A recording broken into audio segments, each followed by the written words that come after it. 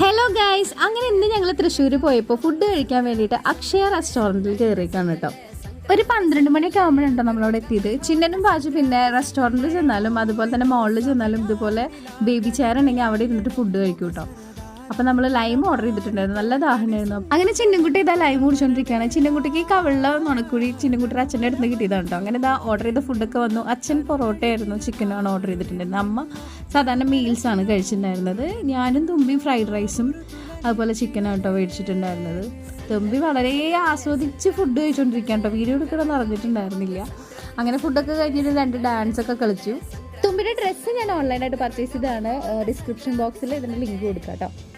അങ്ങനെ അവിടെ നിന്ന് ഇറങ്ങുന്ന സമയത്ത് ഇതാ താമ്പൂലും പഴമൊക്കെ വെച്ചിട്ടുണ്ട് കേട്ടോ. ഇന്ന് മകരം 1-ാം തീയതി ആയതുകൊണ്ടാണോ അതുപോലെ തന്നെ തമിഴ്നാട്ടുകാർക്ക് പൊങ്കലായതുകൊണ്ടോന്നും അറിയില്ല. ഇവിടെ താമ്പൂലം ഞാൻ ആദ്യമായിട്ടാണ് കേട്ടോ കാണുന്നത്.